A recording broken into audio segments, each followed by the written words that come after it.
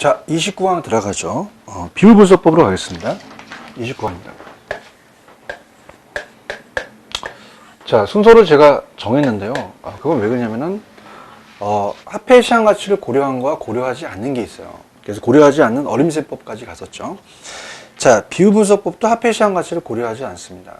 특히, 오른쪽에 DTI하고 LTV하고 연결시켜서 제가 갈 텐데, 이거는 제가 금융 파트에 투자론을 다 한 다음에 금융 파트 첫 스타트에 제가 끊겠습니다. 그래서 오른쪽에 281페이지는 별표 3개 치세요. 굉장히 중요합니다.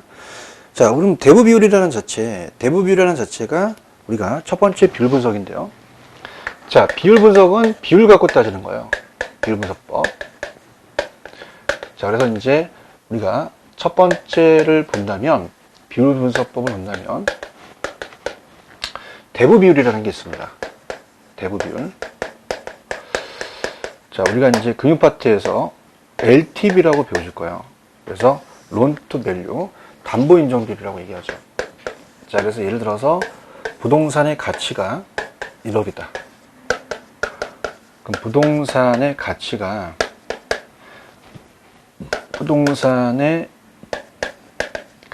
1억이면, 자, 융자액에 대한 비율이에요. 융자액. 그래서 만약에 얘가 우리가 50%다. 그럼 1억에서 5천만 원까지 융자를 해주겠다는 겁니다. 이렇게 잡으시면 돼요. 그래서 50%. 자, 그래서 자, 분모에 대한 분자, 부동산 가치에 대한 융자액의 비율, 저당 비율이라고 얘기를 하고요. 자, 얘가 높으면 은행에서는 채무액 원금 매수가 어려워져요. 왜냐하면요, 밑에 내용이 있는데, 자, 우리가 집값이 떨어질 수도 있어요. 막 1억에서 얘가 어떻습니까? 5천만 원까지 떨어지게 되면 그럴 리는 없겠지만은 대부분이 100%가 됩니다. 그럼 더 떨어지잖아요. 그러면은 돈을 안 갚기 때문에 채무례 가능성이 커진다는 얘기죠. 그래서 우리가 부동산 가치가 하락한다는 것은 처음에 대출을 100% 넘어서 대출해 주는 데는 없죠. 있으면 뭐 저 소개시켜 주세요. 그런 데는 없죠. 그럼 시간이 지남에 따라 부동산 가치가 하락될 수 있습니다.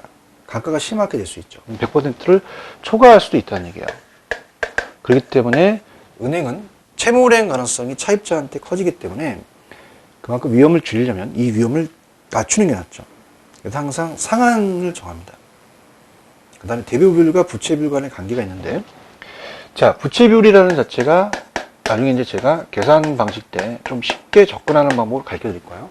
근데 요령을 갖지 마시고 지금은 FM대로 가세요. 부채 비율이라고 하는 것은요, 타인 자본을 자기 자본 안 합니다. 타인 자본을 자기 자본으로.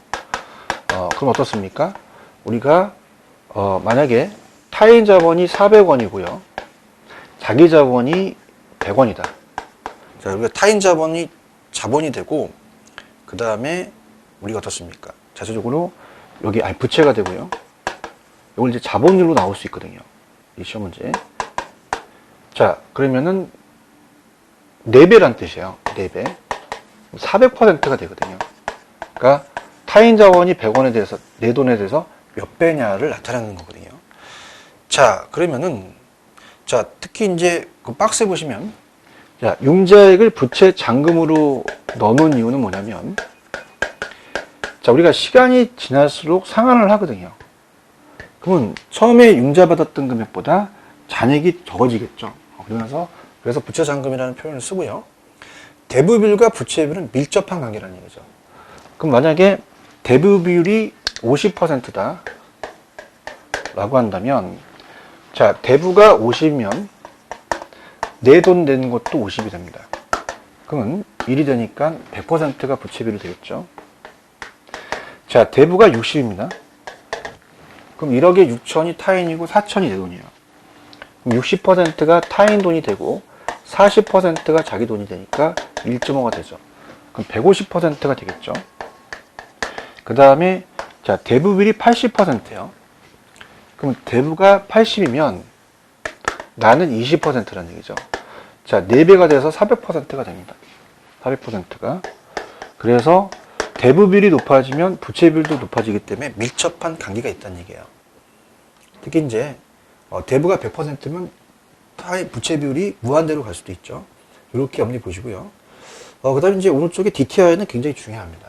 내가 이건 금융 파트에서 바로 첫 시간에 빼서 바로 연결시키도록 할 거예요. 그 다음 넘겨보시면은 부채 감당률이라는 게 있어요. 부채 감당률도 시험에 잘 나옵니다. 부채 감당률이라는 것은, 자, 요거는 이제 상업용 부동산에 대해서 우리가 상가 건물 같은 거, 상가나 상업용 부동산에 대출 승인해주는 그런 감당률을 얘기합니다. 그럼 은행은, 자, 지금 갑돌이가 상가를 샀는데, 자, 요 임대료가 많이 나와야지만 부채 감당을 할 수 있는 능력이 생겨요. 그래서 부채 감당률이라는 것은 부채를 감당하는 능력을 얘기합니다. 그래서 높을수록 좋아요. 그래서 1보다 작으면 안 되고 1.0 이상해야지만 승인을 땁니다. 그럼 실질적으로 부채를 감당하는 능력이라는 것은, 자, 위에는 순영업소득이 올라가요. 순영업소득. 순영업소득이 부채 서비스액을 감당하는 능력이죠. 부채 서비스액. 감당하는 능력. 그래서 어떻습니까? 얘는 1.0 이상이어야 돼요.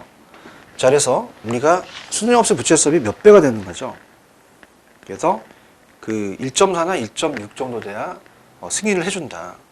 그럼 1에 가까우면 대출자, 은행이나 차입자, 빌린 사람 모두 위험이 빠집니다.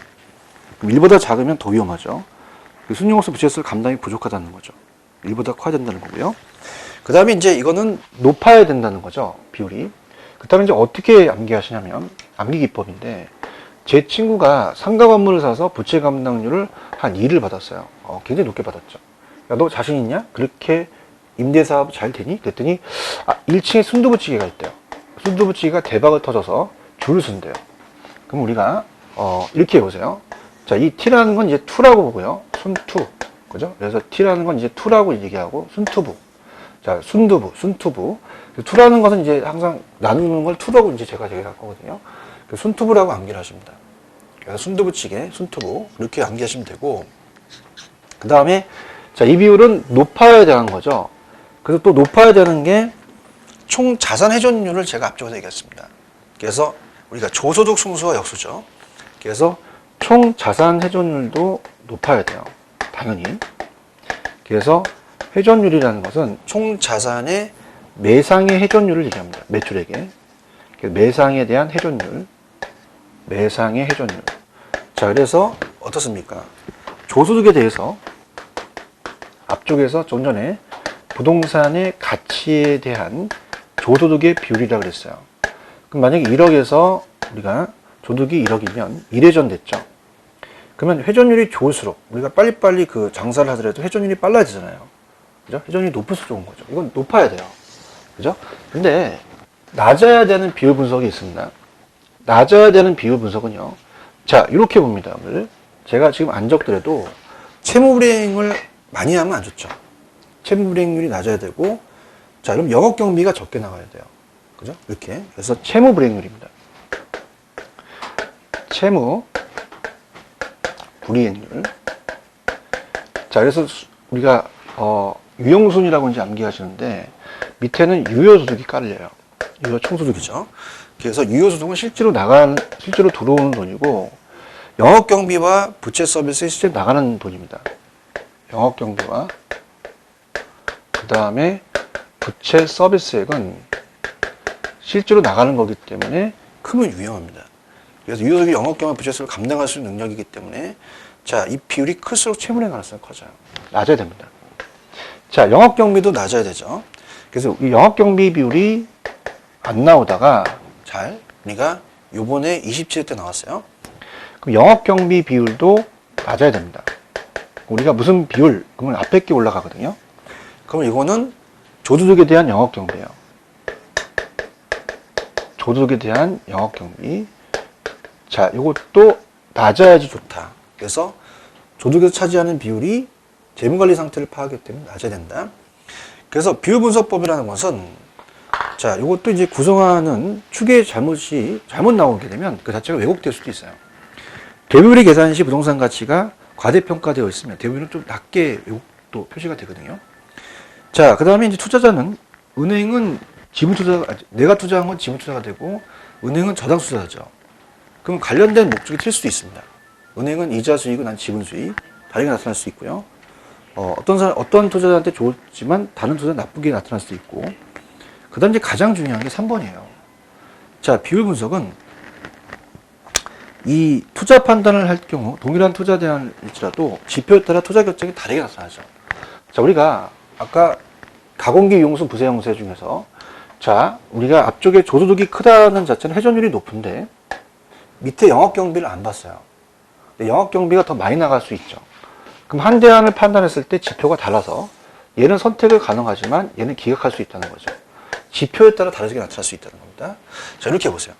자, 그래서 잘 따라오셨고요. 자, 지금까지는 화폐의 시장 가치를 고려하지 않습니다. 자, 그러면 자, 여러분들이 265페이지로 가셔서 제가 이제 강의를 왜 이렇게 했는지를 아실 겁니다. 자, 지금까지는 화폐의 시장 가치를 고려하지 않았는데 화폐의 시장 가치를 고려하는 할인형의 수지 분석법이 있거든요. 자, 그러면 일단 여러분들이 넘기시면은 화폐의 시장 가치 계산이라는 건 어떤 건지를 파악합니다. 특히 자, 처음에 265페이지를 보시면은 어떻습니까? 난리 나죠. 이건 뭐 거의 뭐 수학적 기초기 때문에 여러분이 계산이 굉장히 어려워요. 자, 그래서 자, 일단은 화폐의 시장 가치라는 자체 기초적인 개념 들어가죠. 화폐의 시간 가치에 대한 계산입니다. 자, 지금 내가 100억만 원이 있어요. 100만 원. 자, 그래서 1년 후에 연 10%에 대해서 만약에 이자율이라면 자, 이거는 미래로 본다면 수익률로 봐요. 수익률. 자, 그래서 뭐 지금 내가 낸 돈은 현재 가치입니다. 현재 가치. 그래서 줄여서 현가라고 얘기하거든요. 현가. 그래서 우리가 프리젠트 밸류예요. 자, 그래서 110만 원으로 이제 된다는 얘기죠. 110만 원. 자, 110만 원 이제 퓨처 밸류, 미래 가치라고 하는데요. 그러면 이렇게 바뀐다는 자체는 미래 가치로 바뀌거든요. 그래서 우리가 미래 가치를 줄여서 현가가 아니라 내가라고 합니다. 자, 그러면 이렇게 바뀌는 것을 택시가 12시 넘으면 할증료 붙죠. 그래서 할증이라는 표현을 써요. 할증. 자, 그래서 여기에 1.1을 곱했다는 걸 수학하는 애들이 만들어 놨거든요. 이 곱하는 수를 계수라고 얘기합니다. 계수. 자, 근데 자, 110만 원을 100만 원을 제가 앞쪽에 투자 파트 공부할 때 할인이라고 말씀드렸죠. 자, 그러면 이거는 연 10%로 할인한다는 얘기 있습니다. 할인. 그러면 이자율이 10%라는 건 똑같지만은 나눈다는 자체는 이걸 나눠서 10%로 할인율로 가거든요. 할인율. 그래서 이렇게 봅니다. 그래서 미래 가치로 바꾸는 세 가지 계수와 현재 가치로 바꾸는 세 가지 계수가 있거든요. 근데 우리가 단리하고 복리는 틀려요. 단리와 복리가 있습니다. 근데 보통 우리 화폐 시장 가치는 다 복리라고 시험에 나왔었거든요. 자, 그럼 우리가 현재 가치와 미래 가치를 이제 제가 전체 크게 보여드릴 텐데요. 자, 단리라고 하는 건 이자가 단리 계산이라는 건 단순합니다. 그래서 예를 들어서 지금 돈 100만 원에 2년 동안에 10% 이자를 1년씩 단위로 준대요. 그러면 100만 원에 10%는 10만 원이니까 자, 1년에 10, 2년에 10. 그럼 원금까지 우리가 20만 원을 받아서 120만 원을 받거든요. 120만 원. 근데 복리 계산은 틀려요. 이자가 또 붙습니다. 자, 이게 무슨 말이냐? 자, 지금 돈 100만 원에다가 자, 곱하기 1.1을 곱하게 되면 110만 원이라고 얘기를 했습니다. 자, 여기 1년이라고 한다면 1년 후에 연 10%라고 한다면요. 자, 보세요. 식이 탄생해요. 이건 1 플러스 0.1의 n승. 1년이면 1승, 2년이면 n승이거든요. 그래서 우리가 1 플러스 r의 n승이라는 게 탄생합니다. 자, 그러면 만약에 2년이면 2승을 하거든요. 그러면 100만 원에다가 1.1이 아니라 110만 원에다가 1.1을 해요. 그럼 우리가 어떻습니까? 자체적으로 1.1을 두 번 곱하면 1.1이 되거든요. 그럼 121만 원이 돼요. 그럼 1만 원만큼 차이가 있으니까 복리 계산이라는 겁니다. 자, 그러면 이걸 가지고 우리가 보겠는데요.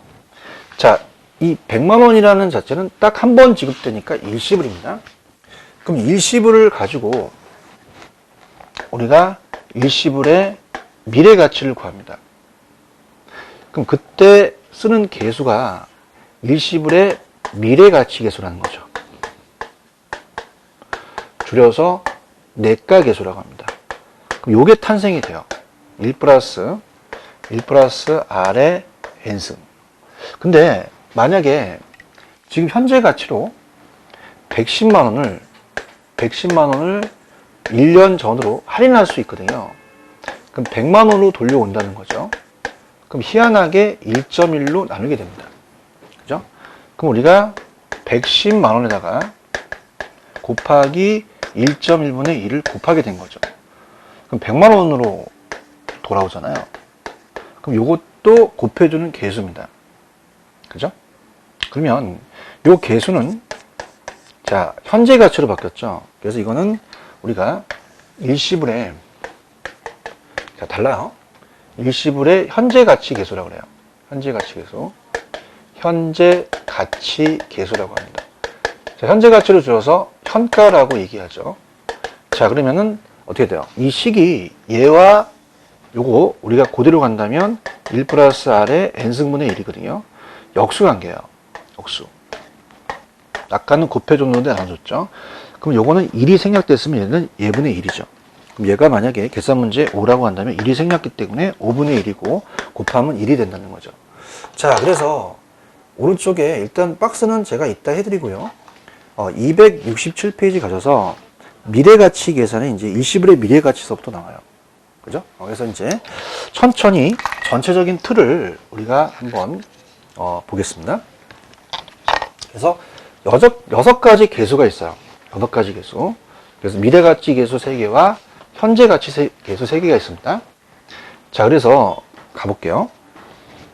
자, 우리가 전체적인 틀을 한번 보여드리도록 하죠. 수식은 그렇게 중요하지 않습니다. 수식은 나중에 이제 제가 암기기법을 가르쳐 드릴 테니까 지금은 수식은 그런 것이다 라는 것만.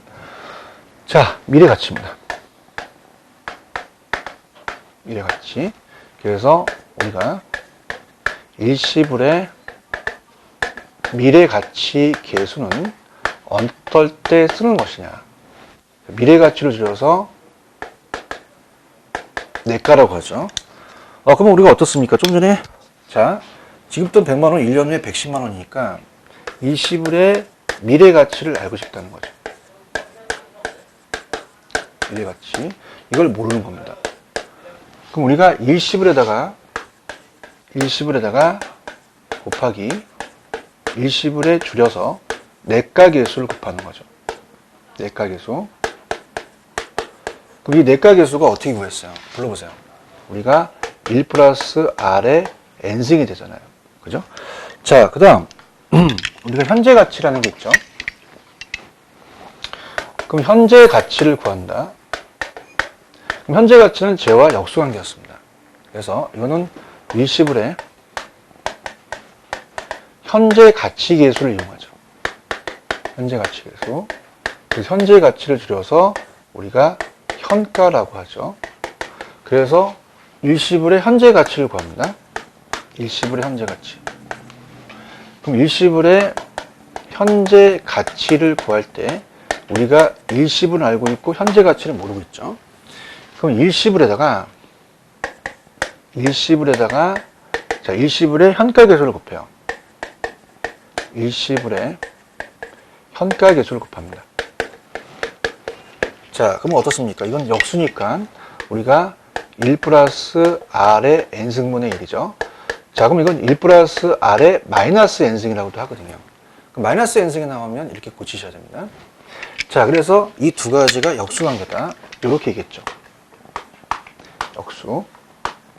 이렇게. 자, 그렇다면 이제 우리가 천천히 한번 들어가 보도록 하죠. 자, 일단 267페이지를 이제 보시는데, 자, 우리가 이게 이제 여러분이 키포인트가 되는데요. 한번 적어놔 보세요. 이쪽에다 한번 적을까요? 칸이 부족해서. 자, 우리가 한번 적어보시면 전반부하고 후반부가 있어요. 자, 지금 이론하고 매년 이론식은 틀립니다. 그럼 지금 이론이라는 것은 한 번 지급되니까 20불을 얘기를 해요. 20불이다. 그 다음에 앞쪽에서 매년 1원씩이라는 게 나옵니다. 매번 받으니까 연금의 개념이죠. 연금의 개념이고, 그 다음에 후반부에 자, N년 후에 받겠다. N년 후. 라는 것은 미래가치입니다. 그때 곱해주는 수가 내가계수가 되겠죠. 내가계수가 되고, 근데 그 다음에 만약에 현재 환원해서 할인해서 받겠다 라는 것은 현가계수를 이용합니다. 현가계수. 그래서 이렇게 돼요. 그래서 이걸 찾는 거라고 하면서 일단은 연습을 시켜볼게요. 일단은 들어가 볼게요. 267페이지 미래가치 계산이라는 게 있습니다. 자, 그래서 이미 알고 있는 건 동그라미이고 모르는 거는 이제 물음표거든요. 자, 그러면 일정의 기자를 R로 적음했을 때 N년 후에 갖게 되는 금액을 알고 싶다. 그러면 우리가 현재 1억이 20불입니다. N년 후는 미래가치입니다. 그럼 일시불의 내가계수를 구하는 거죠. 1 플러스 R의 N승. 그래서 이거는 일시불의 미래가치, 내가계수로서 일시불의 현가계수가 역수다. 이렇게 보고요. 그 다음에 이제 우리가 좀 전에 배웠던 현재가치에서 페이지 268페이지를 보시면 현재가치 계산이라는 게 있어요. 일시불의 현재가치죠. 자, 그러면 얘는 어때요? 물음표를 지금 모르는 거죠. 그래서 어때요? 자, N년 후에 1원, N년 후에 1원이라는 것은 일시불이고 현재 얼마냐는 것은 현재가치죠. 3년 후에 1억 3,310을 현재 얼마로 일시불 예금할 것이냐 라는 거. 그래서 일시불의 현가계수를 곱합니다. 이렇게. 그 다음에 이제 조금 어려운 게 이제 연금인데요. 두 번째는 이제 연금의 미래가치계수입니다. 미래가치계수. 그래서 이거는 내가계수라고 얘기합니다. 내가. 자, 이거는 자, 예를 들어서 지금 갑이 서울시청에서 근무를 했어요. 그럼 보통 공무원들은 퇴직할 때 퇴직금이 아니라 연금을 탑니다. 그래서 매년 1,000만 원씩 탄대요. 그 매년 1,000만 원씩이라는 자체는 연금이거든요. 지금 타는 게 아니라 3년 후에 적립해서 탄다? 그러면 연금에 대한 미래가치가 됩니다. 그러면 적립하기 때문에 연 10%의 이자가 들어갈 거예요. 그럼 이건 우리가 연금의 미래가치를 구하는 거죠. 미래가치. 자, 이거를 모릅니다. 지금. 그래서 어떻습니까? 이거는 자체적으로 연금이라는 1,000만 원을 알고 있고요. 3년 있다가 거기 있는 직원이 연금의 내가계수를 곱해야 돼요. 그래서 연금의 미래가치를 구하는 거죠. 내가계수. 자, 그래서 이거는 우리가 식 자체가 밑에 보시면은 그렇게 좀 어려워요. 그래서 1 플러스 R의 N승 마이너스 1을 R로 나누거든요. 그럼 2절이라는 10%가 있겠고 3승을 넣으면 되죠. 이거는 이제 나중에 또 편법을 제가 가르쳐 드리도록 할게요. 연금의 미래가치입니다. 자, 지금 알고 있는 게 지금 동그라미예요. 연금이고 미래에 대해서 미래가치를 모르는 거죠. 그래서 우리가 3년 후에 모아가지고 뭉친 금액을 구합니다. 그래서 우리가 매년이라는 자체 일정이고 매년은 연금이고요. R로 10% 계속해서 N년 후니까 연금의 내가계수죠. 그래서 어떤 퇴직 공무원이 매년 1,000만 원씩이라는 게 연금이고 연금을 수령할 수 있는데 이를 수령하지 않고 그대로 은행에 적립하면 10년 후에 얼마가 되겠느냐. 1,000만 원에다가 연금의 내가계수를 곱한다. 자, 그 다음에 넘겨보시면 순서대로 가볼게요. 감책임계수라는 게 있어요. 자, 감책임계수는 여러분들 왜 적금을 들잖아요. 보험회사에. 그럼 적금을 들게 되면 매기간 분리배액을 구해야 돼요. 그죠? 그래서 우리가 감책임계수입니다. 그래서 감책기금계수. 자, 이거는 적금액을 산정하는 거예요. 그럼 아까 얘와 역수라는 얘기죠. 얘는 매년 1,000만 원씩은 알고 있는데 3년 있다 얼마 탈지를 몰라요. 근데 얘는 거꾸로 3년 후에 얼마 탈지를 알고 있습니다. 적금액을. 만약에 1억은 알고 있는데 자, 그러면 이제 얼마씩 불입할지를 모르는 거죠. 그럼 아까는 지금 매년 타는 것을 나중에 뭉친 금액을 구하는데 얘는 지금 1억을 쪼개서 갚아 나가는 거죠. 자, 그러면 자, 지금 얘는요. 감치금 계수를 써요. 감치금 계수. 그러면 얘는 매기간 연금 불이백을 구합니다. 매기간 연금 불이백. 그래서 어때요? 자, 얘는 1억을 빌린 게 아니라 1억을 만들기 위해서입니다. 만들기 위해서도 맞고요. 우리가 시험 문제 나왔던 게 마련하기 위해서 또는 모으기 위해서, 적립하기 위해서 이렇게 나옵니다. 자, 그러면 우리가 자, 재밌게 만들기, 마련에 모음이 미음이 들어가죠. 그래서 감치금 계수도 미음이 들어가잖아요. 이렇게. 그럼 요거는 이제 아까는 계속 구해서 이 뭉친 금액을 구했고 얘는 이 뭉친 금액에 대한 쪼개서 금액을 우리가 알고 싶다는 거죠. 그럼 이건 매기간 연금 불이백으로 만들기 때문에 미래 가치라는 얘기입니다. 그러면 얘와 얘가 역수관계라는 얘기예요. 역수. 왜냐하면 반대적인 거죠. 얘는 매년 아는 연금을 3년 후에 얼마 탈지. 얘는 3년 있다가 아는 적금액을 모으기 위해서 얼마씩 쪼개느냐. 쪼개는 매기 연금 불이백을 구하는 거죠. 역수입니다. 그럼 역수관계라는 자체는 자, 요 식도 역수가 돼요. 그러면 아직까지는 계산 문제는 안 나왔습니다. 연금의 미래가치 계수만 나왔어요. 그래서 그냥 R이 올라가고 그 다음에 1 플러스 R에 N승 마이너스 1이다만 가져가십시오. 자, 그 다음에 이 역수다 보니까 자, 우리가 시험 문제는 요거를 연금의 내가계수로 나눌 수도 있어요. 이렇게 해도 갖고 가셔야 돼요. 내가계수 나눌 수 있다. 이렇게 갑니다. 자, 감치금 계수 갑니다. 감치금 계수는 상환기금 계수라고도 하고요. 자, 우리가 지금 1억을 알고 있죠. 근데 그것을 쪼개서 얼마씩 불입할지 모르는 거죠. 그래서 1억을 만들기 위해서 매년 불이백을 일정에 알고자 한다.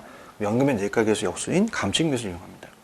그래서 그렇게 우리가 밑에 식이 있으니까 그렇게 보시면 되고요. 그 다음에 현재 가치 계산에 밑에 이번에 연금의 현가계수를 하게 되면 되죠. 자, 연금의 현재 가치 계수요. 현재 가치 계수. 줄여서 현재 가치를 현가라고 얘기하거든요. 현가.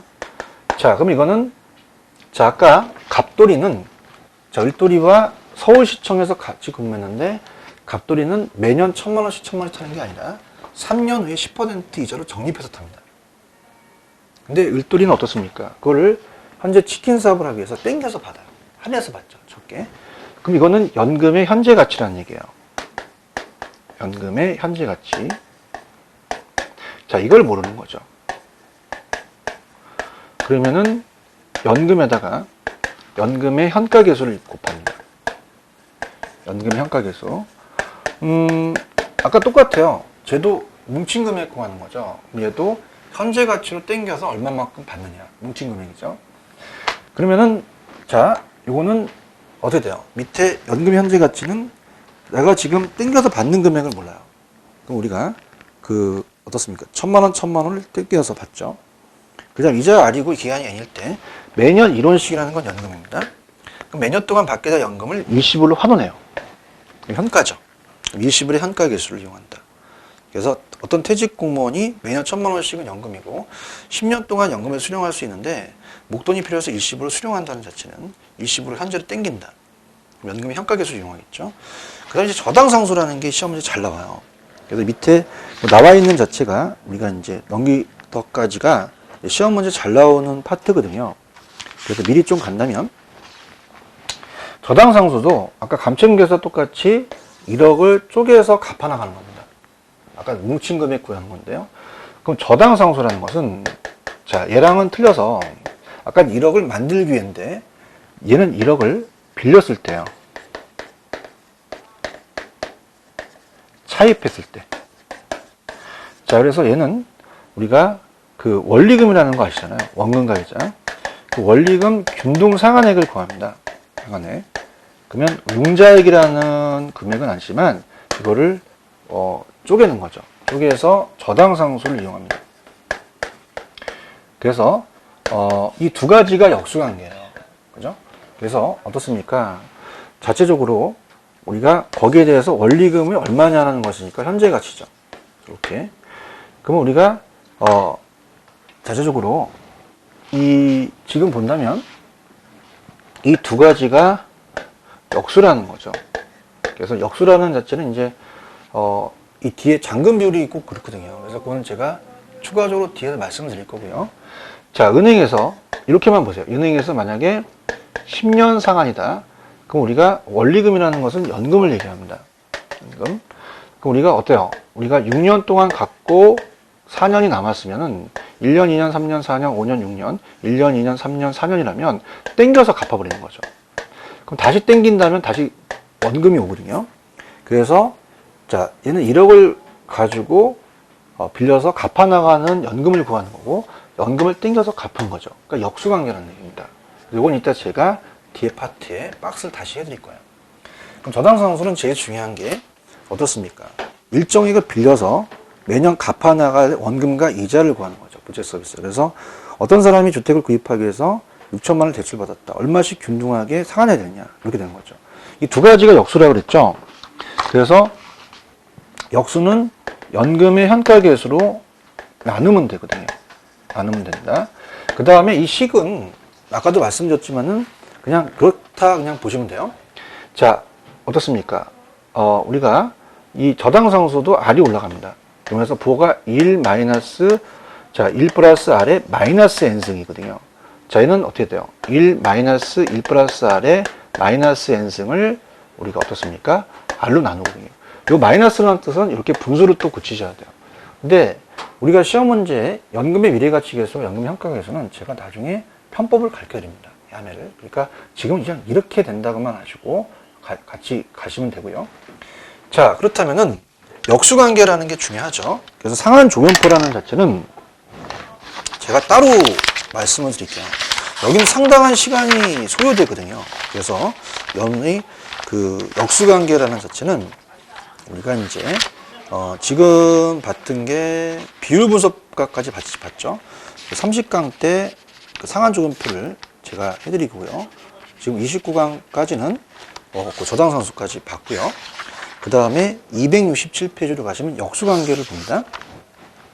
자, 역수관계가 중요해요. 그럼 일시불과 일시불끼리는 역수입니다. 그럼 일시불이 생략될 수도 있죠. 그럼 내가계수와 현가계수가 역수다 이렇게 나왔고요. 그 다음에 얘네들이 역수고 얘네들이 역수예요. 자, 그러면은 자, 지금 여러분들 어떻죠? 얘는 미래가치, 미래가치, 미래가치가 있는데 감칭계수는 미래가치라는 정의가 안 나왔어요. 그 다음 얘는 현재가치, 현재가치, 현재가치가 있는데 저당상수는 현재가치라는 게 없죠. 그럼 얘는 어떤 금액을 쪼개서 분립하거나 갚아나가는 것은 쪼갠다는 건 똑같은데 1억을 만들기 위해서 마련하기 모으기는 미음 들어간 감칭계수다. 1억을 빌려서 갚아나가는 것은 저당상수다. 원리금 구하는 건 저당상수다.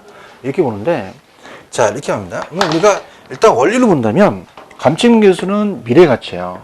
1억을 만들기 위해서 분립하는 거, 모으는 거죠. 미래가치고. 근데 저당상수는 1억을 어떻습니까? 쪼개서 이걸 가지고 빌렸을 때 갚아나가는 거, 현재가치죠. 자, 그러면은 자체적으로 우리가 감칭계수는 미음이 들어갑니다. 미래가치는 다 미음 들어가죠. 그래서 감칭계수 미음이죠. 그럼 이거는 미래가치다. 근데 저당상수는 미음이 안 들어가요. 현재가치는 이응이 들어가거든요. 그럼 저당상수라는 거죠. 현재가치죠. 그럼 감칭계수는 연금의 미래가치와 역수고, 그 다음에 저당상수는 현재가치 역수다. 그렇게만 가져가세요. 그래서 이런 식으로 보시고요. 266페이지 갑니다. 박스에다가 별표를 쳐놓으세요. 그래서 연습을 시킬 겁니다. 여러분들. 그냥 1원이라는 건 일시불이고 매년 1원씩은 연금, N년은 내가계수, 현재 한원 할인한다, 현재 일시불로 환원한다, 영가계수. 그 다음에 어떻습니까? 자체적으로 감칭계수는 1억을 만들기 위해서 적금액을 구하는 것이고 저당상수는 1억을 빌려서 갚아나가는 원리금이죠. 자, 그렇다면은 자, 일시불의 미래가치 계수는 자, 개념만 적으세요. 그래서 1원이라는 것 동그라미 쳐보세요. 자, 1원 일시불을 이자율 R로 적음했을 때 N년 후라는 단어가 있습니다. 매년 후가 미래가치죠. 이건 일시불의 내가계수구나. 연금의 미래가치도 개념 갑니다. 매년 1원씩의 동그라미 연금이고요. 연금을 이자율 R로 계속했을 때 적립했을 때 N년 후가 나옵니다. 아, 그럼 이건 연금의 미래가치지. 자, 감증계수는 목적으로 가보세요. 일정 노정액을 위해서 만들기 위해서 매기간 적립하는 것은 감증계수입니다. 도상수가 아니죠. 그 다음에 일시불의 현재가치 계수는 현가계수는 개념으로 갑니다. 매가계수와 역수죠. 일시불에. 그 다음에 할인율 R이라는 것 보통 현가라는 걸 아시겠고요. N년 후의 이론을 일시불이고 현재 얼마냐라는 건 일시불 현가계수. 연금의 현가계수는 개념으로 갑니다. 매년 이론식은 연금이죠. 이걸 N년 동안 받았을 때 연금이 일시불을 환원한다. 그건 현가입니다. 연금의 현가. 도당상수는 어떻습니까? 목적으로 갑니다. 일정액을 빌렸을 때가 이건 저당상수죠. 그래서 갚아내야 될 원금과 이자는 저당상수다. 이렇게 가시면 됩니다. 자, 이렇게 해서 화폐시장 가치는 여러분 연습을 하셔야 돼요. 그래서 충분히 하신 다음에 우리가 그 페이지 269페이지는 제가 다음 시간에 30강 때 말씀드리죠. 자, 조금만 쉬었다 가겠습니다. 쉬었다 가시죠.